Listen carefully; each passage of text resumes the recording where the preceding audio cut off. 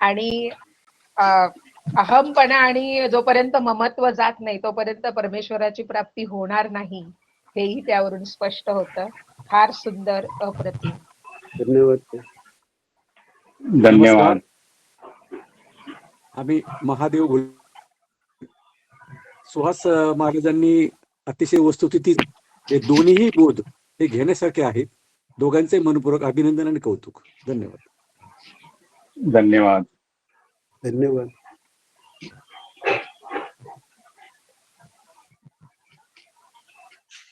बोलू का? वर्षा काळे बोलते.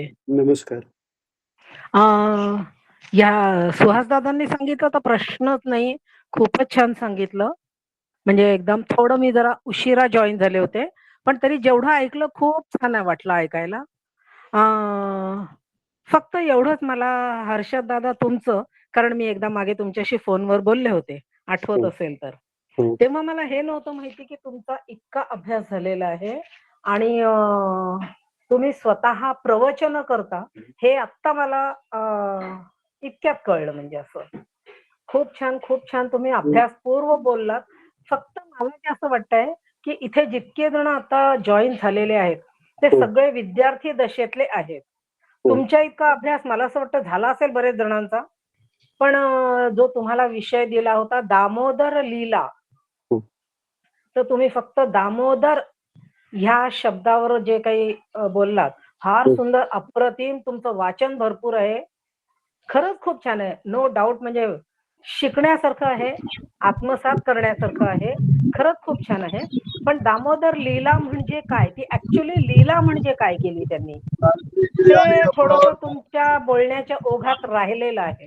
कारण ती खरं म्हटलं तर ती लीला महत्वाची आहे असं मला वाटतं. त्यातून गुरुजी काही वेगळ्या सूचना देतील. आपल्याकडनं वेळ कमी पडला गेला. नाही कसं, आणि त्यांनी अजून एक सांगितलंय बघा वर्षाताई, अजून एक सांगितलं, भक्तीमध्येच भगवंत बांधला जातो. दामोदरचा अर्थ कळतोय, भक्तीमध्येच भगवंत, त्याला जर आपल्या ह्याच्यात घ्यायचं असेल तर आपला अहमपणा सोडणं खूप गरजेचं. हा, मग तीच लीला सांगायला हवी होती असं मला म्हणायचं आहे. सांगितलं खूप छान, अभ्यासपूर्ण सांगितलं. बऱ्याच नवीन गोष्टी मला शिकायला मिळाल्या, जे मला वाटतंय ते. नो डाऊट खूपच छान वाटलं. आणि आता त्यातून तुम्हाला आणखीन सूचना येतील तर बघा. मला जे वाटलं ते मी सांगितलं, कारण मला तसंही तुमचं ऐकायला आवडतं. खूप छान वाटतं. फक्त हे आज मला पहिल्यांदाच कळलं की तुम्ही स्वतः प्रवचनकार आहात, तर त्याच्यामुळे अर्थातच अभ्यास खूप छान असेल. नाही, चांगली गोष्ट आहे. खूप छान. तुमचा स्वतःचा अभ्यास दांडगा दिसतोय. मी जे काही बोलले ते मनाला लावून घेऊ नका, हे माझे विचार होते. या सूचना महत्वाच्या आहेत. हा, मला असं वाटलं, कारण याचा विचार करून, कारण आपल्याला 20च मिनिटं वेळ दिलेला आहे ना फक्त. 20 मिनिटांमध्ये तुम्हाला ती दामोदर लीला काय ती सांगायला हवी होती. बरोबर. तर जे सांगितलं ते खूपच छान सांगितलं, उत्तम सांगितलं, प्रश्नच नाही. आता जेवढं माझ्या लक्षात राहील मी लिहून काढते. खूप छान. धन्यवाद. धन्यवाद. राग मानू नका, असाच लोभ असू द्या. धन्यवाद. धन्यवाद. या सूचना हव्या आहेत उलट. आणि म्हणजे विद्यार्थीच आहोत आपण सगळे. म्हणजे गुरुजींकडनं खूप शिकायचं आहे. कितीतरी त्यांच्या सारखं कथा करायला यायला किती आपल्याला या जन्मात येईल की नाही माहिती नाही. अगदी खरं आहे. अजून तर भरपूर शिकायचं आहे. हो. चालेल चालेल, ठीक. धन्यवाद. धन्यवाद. धन्यवाद. जय श्री कृष्ण. मी सौ माहेश्वरी देशमुख. बोला ताई. म्हणजे देवी भागवतात आलेलं आहे की सुदर्शन आपला हा उतत्था आई आई म्हणतो आणि तो भगवतीची कृपा त्याच्यावर एवढी होती की तो पंडित होतो. मग आज आपण दोघांनीही भगवंताच्या वैभवाचं हे जे वर्णन केलेलं आहे ना, ते अत्यंत सुंदर आहे, खूप सुंदर. त्यामुळे म्हणतात ना की त्याची स्तुती असो किंवा त्याचे थोडे जे गुण जे आपण गाऊ ते अगदी त्याच्यामध्ये मिसळून गोडीने गाऊ, श्रद्धेने गाऊ, करुणेने गाऊ आणि अत्यंत भावपूर्ण प्रेमाने गाऊ, तर ते तोडके अर्धे शब्द सुद्धा तो अगदी मधासारखे आपले साठवून घेतो. म्हणून आजच्या ह्या कथा आहेत ना, हे भगवंताचं गुणवर्णन आहे. त्याच्यात कमी जास्त वरती खाली काहीच नसतं. जे जे आपल्याला ऐकायला मिळतं ते त्याचं गुण आहे आणि त्या आनंदाने ऐकून आपण त्याच्यात परमानंद मानून आपण गुरुजींचे अक्षरशः म्हणजे चरण धरायला पाहिजेत, की त्यांनी आपल्याला इतकं सुंदर शिक्षण दिलं, म्हणून आपण हे 2 शब्द बोलू शकतो. म्हणून तुमच्या दोघांनाही माझा साष्टांग नमस्कार, की तुमच्याकडून आज भगवंताचं हे गुणवर्णन ऐकायला मिळालं आणि हे आम्हा सर्व बघा म्हणजे सर्व साधकांचं आजचं आमचं माहेश्वरी भाग्य आहे. किती शिकवलं तरी शिकणाऱ्यांनी ते ग्रहण करणं खूप गरजेचं आहे ना. त्याच्यासाठी तुमची मेहनत आहे ना सगळ्यांची. ते तर मान्यच करावं लागेल. आणि नमस्कार हर्षलचं माऊली. काय, त्यांचा तर अभ्यास असतो. भरपूर आहे त्यांचा. भरपूर अभ्यास. हो, हो, हो. कुठं म्हटलं नमस्कार असेल माऊली. वेळच कमी पडलाय. हो, खूपच सुंदर, खूपच सुंदर. माऊली नमस्कार धन्यवाद तुमचे ताई. गुरुमाई. हां, दोघांनाही नमस्कार. नमस्कार. मी जयश्री देशपांडे वसमत. ध्रुव बाळाची भक्ती पाहून आम्ही सगळेजण भक्तिरसात डुबून गेलो आणि जसं त्यांनी त्या ध्रुव बाळाची जशी भक्ती ध्रुव बाळाने केली तशी आमच्याकडनं हो, आणि ती भक्ती आमच्या डोळ्यासमोर आली. आणि दामोदर लीला तर काही बघायचं कामच नव्हतं. दामोदर स्वतः डोळ्यासमोर उभे राहिले आणि आईची माया आणि ह्याची देवाची भक्ती ही काय असते हे समोर आलं. धन्यवाद सगळ्यांना. धन्यवाद ताई. नमस्कार. धन्यवाद. धन्यवाद ताई. मी उज्ज्वला रेळे. सुहास दादा आणि हर्षल दादा दोघांचे खूप आभार आणि धन्यवाद. धन्यवाद. काही कारणाने म्हणजे या निमित्ताने कृष्णाबद्दल ऐकायला मिळतं, त्याची भक्ती जाणून घेता येते. म्हणजे मिसळून जवळजवळ मिसळून जाता येतं. अगदी थोडंफार का होईना काही अंशाने त्याच्याबद्दल आपण सारे नशीबवान आहोत. अगदी थोडा वेळ का होईना, दिवसभराच्या कामात नाही विचार करायला वेळ मिळत कधी कधी, पण ही एक वेळ अशी असते 7 ते 8 की खरंच आपण कृष्ण भक्तीत सामावून जातो. आणि तुम्ही दोघांनी फार सुंदर कथा सांगितल्या. खरंच काहीही मनात किंतु ठेवू नये, वर खाली काही बघू नये, फक्त भक्तीत रममाण व्हावं. कृष्ण कृष्ण कृष्ण सारीकडे एवढंच करत राहावं. दोघांनी ध्रुव बाळ आणि दामोदर लीला फार सुंदर सांगितल्या. नवीन पुस्तकापेक्षा व्यतिरिक्त नवीन दामोदर लीला बद्दल कळलं. फार छान. धन्यवाद. आभारी आहे. धन्यवाद. शुभेच्छा तुम्हाला. धन्यवाद ताई. धन्यवाद. रामकृष्ण हरी.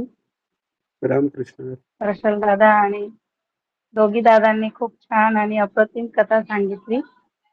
ध्रुव बाळाची कथा म्हणजे भक्ती आणि दामोदर लीलामध्ये भगवंताची लीला. भक्ती आणि लीलाचं वर्णन अतिशय सुंदर आणि खूप छान मांडलं दोघी दादांना. खूप खूप अभिनंदन तुमचे पुढच्या वाटचालीसाठी. रामकृष्ण. धन्यवाद ताई. रामकृष्ण. धन्यवाद ताई. रामकृष्ण.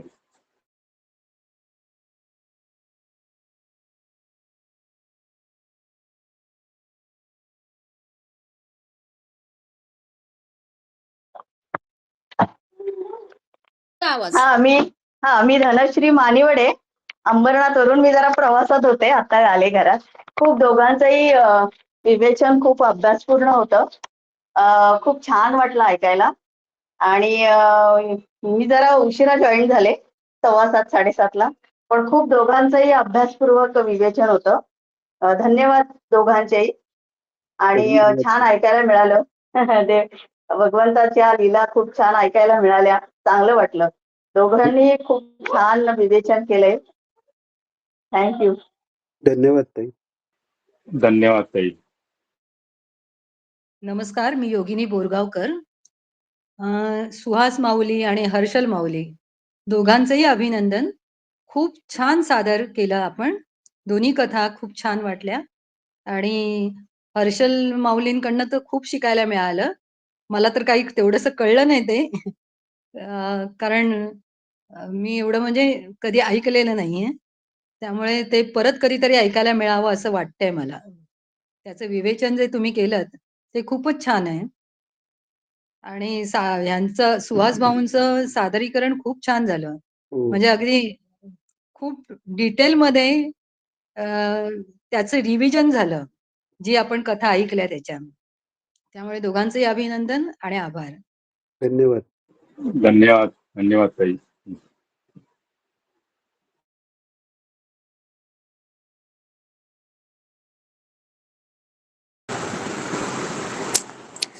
आरती वैद्य. तुमच्या दोघांच्याही कथा अप्रतिम झाल्या, सुंदर. आणि म्हणजे कसं आहे की ध्रुवचरित्रामध्ये तपश्चर्या करून भगवंताला प्रसन्न करून त्यांनी अढळ स्थानाची प्राप्ती करून घेतली, की जिथून कोणीही आपल्याला उठवू शकत नाही. असं जेव्हा आपण अगदी मनापासून भगवंताला आळवतो आणि त्यांनी जसं 6 दिवस तपश्चर्या केली, की फलाहार जो घेतला नाही, की फक्त पानं किंवा ह्याच्यावर राहून त्यांनी भगवंताला आपलंसं करून आपलं एक स्थान निर्माण केलं. राज्यकारभार करून नंतर भगवंताला समर्पित होऊन मोक्षाची प्राप्ती झाली. आणि ही कथा एवढी सुंदर, त्याच्यामध्ये दादांनी जे सांगितलं की आपलं जे कार्य आहे म्हणजे आपले शरीर म्हणजे असं हे उदर भरणं नव्हे, जाणी जे यज्ञ कर्म म्हणजे यज्ञ दादा तुम्ही जी दामोदर लीला सांगितली, खरंच इतक्या खोलात जाऊन अभ्यास करणं म्हणजे आपलं अध्यात्म किती आहे. म्हणजे आपण जर एखादा जे कीर्तनकार असतात, जर तुम्ही 10 कीर्तनकाराचं एकाच अभंगावर जर कीर्तन ऐकली, तर प्रत्येक कीर्तनकार आपल्या परीने ते मांडण्याचा प्रयत्न करतो. वेगळे वेगळे अभंग, वेगळे वेगळे श्लोक, आर्या, साकी जे काही असतील ते कीर्तनातल्या त्या मांडून आपल्या परीने तो अभंग सोडवला जातो. तसंच अध्यात्म मग तुम्ही सांगितलं वेदाचे सांगितलं, अभ्यास जेवढा करावा तेवढा कमी आहे. आपण गुरुंकडनं फक्त जे काय घेतलंय चमचाभर घेतलंय, परंतु आपल्याला आणखी अभ्यास करून जे तुम्ही जे विवेचन केलं दामोदर लीलेचं किंवा भगवंत काय आहे, भगवंत हा तिन्ही जगाचा स्वामी, आई विना भिकारी. म्हणजे प्रत्येक भगवंताला वाटतं की प्रत्येक मातेला वाटतं की भगवंत आपल्या पोटी जन्माला, पण त्याच्यापेक्षा आधी भगवंताला वाटलं की आपला आई हवी. कारण आईचं जे त्यांनी महत्व सांगितलं इतकं सुंदर. म्हणजे आईच्या मागे तीच मारते आणि तिच्याच मागे लपणारा श्रीकृष्ण म्हणजे बाळ आपल्या आईच्याच मागे लपतो, परंतु आई तेव्हाही कठोर होते, कारण का त्याला कळलं पाहिजे की आपण कुठे चुकतोय. आणि भगवंत असून सुद्धा त्यांनी जे मानव जन्मात येऊन त्यांनी जे कार्य केलं दाखवलं, खरंच म्हणजे तुम्ही जे मांडलं ना ते अत्यंत सुंदर, खूपच छान. दोघांच्या कथा म्हणजे आपण जेवढं वेगळ्या वेगळ्या प्रकाराने सांगू तेवढ्या प्रकाराने आपल्याला त्या उलगडत जातात. काही आता ह्या तुम्ही सांगितल्यामुळे काही गोष्टी आम्हालाही उलगडल्या, अरे हा हे असंही असू शकतं, असं असू शकतं. आणि खूपच सुंदर. म्हणूनच आपण परीक्षा घेतो आणि समीक्षा म्हणजे आपल्या प्रतिक्रिया सुद्धा द्यायच्या असतात की आपल्याला काय कळतं, म्हणजे किती आपला अभ्यास होतो त्याच्यामुळे आपला अभ्यासही होतो. आणि खरंच खूपच छान. तुमच्या दोघांचे आभार. आणि हर्षल दादा तुमचे जर एखादे जसं आता ताई म्हणाल्या की तुम्ही जर प्रवचन करत असाल तर तुमचे काही व्हिडिओ जरी आमच्याबरोबर शेअर केले तरी चालण्यासारखं आहे. आणि काही जर तुमचे लिखाण असेल तर ते सुद्धा तुम्ही मागे मला वाटतं ग्रुपवर बऱ्यापैकी तुमचं लिखाण आलं होतं आणि मी त्याचं म्हणजे स्टार करून सेव्ह करून ठेवलं आहे. खूपच सुंदर पुस्तकांचं तुम्ही दिलेलं, इतरही काही गोष्टी तुम्ही दिल्यात आणि खरं त्याबद्दल तुमचे आभार. आणि असंच आपला अभ्यास चालू राहिला पाहिजे. आणि हा अभ्यास चालू राहण्यासाठी तुम्ही एक ग्रुप करा आणि बऱ्याच म्हणजे त्यामुळे काय होईल की आपल्याला खूप अभ्यास सराव करता येईल. आणि तुम्हा सर्वांनाच खूप खूप शुभेच्छा. खूप छान. आणि सर्वांच्या जर प्रतिक्रिया झाल्या असतील तर आपण महाराजांना विचारून आज इथेच थांबतो आहे. उद्या पुन्हा आपली परीक्षा आहे, तर दुसरे व्यास येतील आणि ते आपल्याला कथा सांगतील. तर महाराज झाल्यात का सर्वांच्या प्रतिक्रिया? कोणी असेल तर त्यांनी द्याव्यात प्लीज.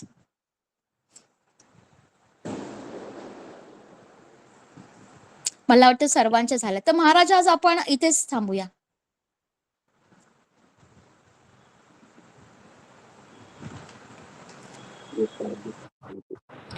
आणि उद्याचे कथाव्यास आहेत सौ लताताई साठे आणि